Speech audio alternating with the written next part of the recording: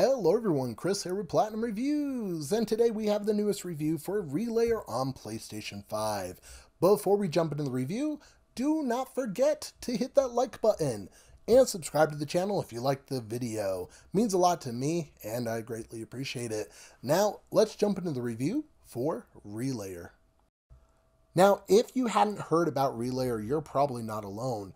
I want to say when the game came out, I didn't hear any buzz about the game. Nobody was really talking about it, which kind of stinks because it's a really good game.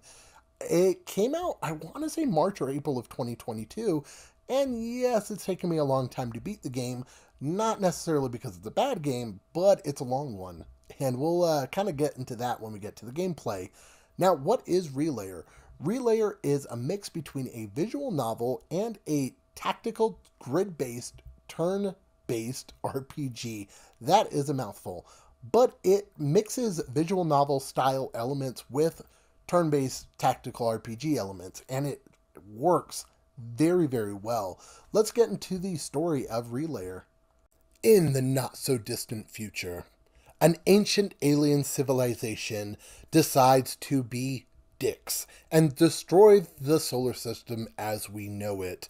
With the Relayer's power of anti-gravitational weapons, they create anti-gravitational events, which, when these weapons are fired and these events are caused, all gravity on the planet is gone.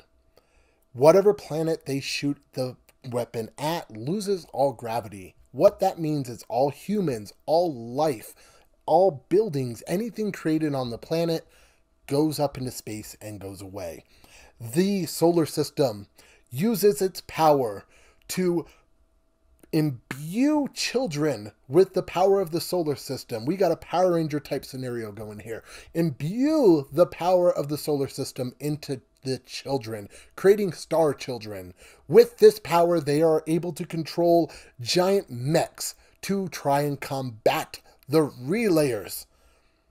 Now, I don't know about you, but that story right there, it's just something that should be in a movie. It should be in an anime. It's a over-the-top story, but it's a good one. I freaking loved the story of Relayer. It was just a really unique idea. It was one that just had me wanting to play more just to see the story, not even to experience the gameplay, just story alone. I was hooked, and I definitely suggest this game just based on the story. Now, I don't want to go any further into the story because I don't want to spoil anything. Like I said, this is one that you need to experience for yourself, so let's jump right into the gameplay. The game mixes a visual novel story with tactical turn-based JRPG gameplay, and both are done very, very well and polished just beautifully. Now, as far as the gameplay is concerned, you are controlling your mech and the other mechs of the people that you bring on the mission, moving closer to the enemy, attacking the enemy, killing them, normal turn-based RPG stuff. However, it's done very, very nice. I do like, too, when you attack an enemy, you get this beautiful visualization of the attack, whether it be just, a slice, or you're doing this massive, massive attack that looks like it could destroy a planet. It's very, very beautifully done, and it just looks really good. One thing that I like a lot about the gameplay is the level up system. Now, a lot of games make it to where you only get experience after an enemy is killed. Once you kill an enemy, you get some experience, blah, blah, blah. Relayer makes it to where you get experience just by doing different abilities. So if I attack an enemy and I don't kill him, I get experience. If I kill an enemy, I get experience plus a little bit more. If I use a buff on my character, I get experience. So this works really well because if an enemy is far away from me, and it's going to take me 2 to 3 turns to get to the enemy to even start combat, I can still gain experience and potentially level up before I ever see a battle in a fight. This is done very, very well, and I really, really like this because if there was some mission that I was going into and I was a little bit under level going into that mission, I can take my time getting to the enemy and level up as I get closer. It's just a really unique thing, and I really liked that idea for a level up system. This does lead me into one of my gripes, though. I did not like the amount of animations that they had for battles. There's only about 15 to 20 different animations that you can see. So if I'm attacking an enemy with somebody with a sword, every single person that I attack with that sword, the animation is going to be the exact same. If I'm shooting somebody with a gun, the animation is going to be the exact same. I would have liked some differentiating between characters and their attacks, or every single time I attack, it's not the exact same thing. Yeah, it can be different if I use a skill or something like that. But if I use that skill, every single time I use that skill, it's going to be the same exact visualization. So I would have liked some differentiation between the attacks to make them just a little bit different. You know, 2 or 3 different ones that are just appear random, to where after I had been playing the game for 40 hours, it wasn't like I've seen every attack in the game. So it was a little bit disheartening with that. Now you can press the start button to skip. Late game, I ended up changing all the stuff to make it to where it skipped all animations, it fast forwarded everything, just to make it to where it was quicker, because the game can take a while. And this is part of the reason why it took me so long to beat the game, is the battles can take anywhere from 20 to 45 minutes, depending on the battle, to finish the fight. With there being, I want to say, close to 80 different fights in the game. There are quite a bit, and there's a lot of gameplay there. Mix that with a visual novel type story, and you have a lot of story there. So there is a lot of gameplay, a lot of game to play, and it's going to take you a while to beat the game. Now, when not in a battle, you can do stuff at your main base, whether it be upgrading your mech. This was a little bit disappointing as well, because I was hoping that I would be able to change different parts of my mech, customize the paint, do stuff like that. Unfortunately, once you fully upgrade your mech, you get 1 extra form. You can't buy new mechs. You are stuck with that mech, so you get your regular mech, and then you get final form. So I would have liked new mechs. You can buy more, which they're incredibly pricey. So I wouldn't suggest doing that. Yeah, they're stronger than the regular mechs that you have, but I just wouldn't do it. They're just really, really pricey. Also, you can get new weapons. Now, this is one of the reasons why I didn't go for the platinum, is getting the weapons. You have to unlock every single weapon for the platinum. This is, however, a little bit difficult because of the RNG element to it. There are upgrades that you can get to the weapons, which can sometimes go bad, which can cause you to get a completely different weapon, and you need to get those in order for the platinum. Nobody's got time for that, so there's a lot of stuff to do.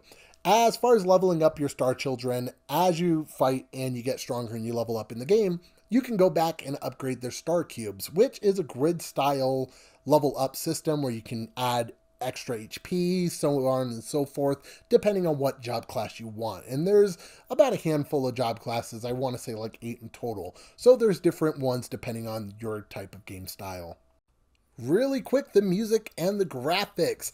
There's only about 4 or 5 songs in the game. Not necessarily a bad thing. I just would have liked different areas that I'm doing combat in to have different songs. Unfortunately, it's the same song, so it's not necessarily bad, but I just would have liked more music. Graphics, I said this earlier, the game is gorgeous. Whether it be from the story with the visual novel that looks really, really good, or the combat with the crisp, beautiful animations. The game is beautiful and it's definitely a looker. Relayer on PlayStation 5 is my runner-up game of the year. It's definitely a game I suggest you trying out if you're a fan of games with really good story and good combat. You're going to be a fan of Relayer, hopefully. But Relayer on PlayStation 5, I would give an 8 out of 10. Now, with me saying it's my game of the year and giving it an 8, there's a reason. I ran into quite a few issues. The first and the biggest issue that I had is the game updated. I was about 75% done with the game. The game updated and made it to where I was unable to start a mission. Every single time I started the mission, the game would crash. I tried again every week, once or twice a week, and I just could not play. I gave it about a month and a half. came back to it, the game had updated, and it let me finally play and continue playing. So it was really, really annoying that I couldn't play the game. I couldn't beat the game because of the glitch, and I did not want to start back over. So that really hurt the score. Other than that, I had a few other times the game crashed on its own. And like I said, with the animations being so similar and just, after you see them all, there's not really a need to keep watching them 20, 30 hours in. So you can actually go into your settings and make it to where it skips all animation and stuff like that, which is what I ended up doing in the long run. Now, another thing that I really like that the game does, but it also has another issue with it, is after you beat the game, you unlock a what-if scenario. And I don't really want to discuss the ending or anything like that, but instead of a New Game Plus, the game does a what if this happened instead of this type scenario. So you are then put into a continuation of the story as if the events of the main story didn't happen. So I really, really liked that, and I thought that was a really cool idea. And my big gripe with that is the whole game is voice acted. Everything with the game is voice acted. However, when you get into the what if type scenarios, it's no longer voice acted. So that was kind of annoying. I feel like you spent so long on all this other stuff, you could have just spent a little bit longer to make that be voice acted as well. Not a huge gripe, but it was a complaint that I did have. Other than that, though, Relayer is a great game. I highly suggest you check it out. If you have any questions about the game, let me know in the comments down below. And that is it from me. Thank you so much for watching the video. This has been Chris with Platinum Reviews. As always, keep getting those trophies, and I'll catch you on the next video. How do you like that?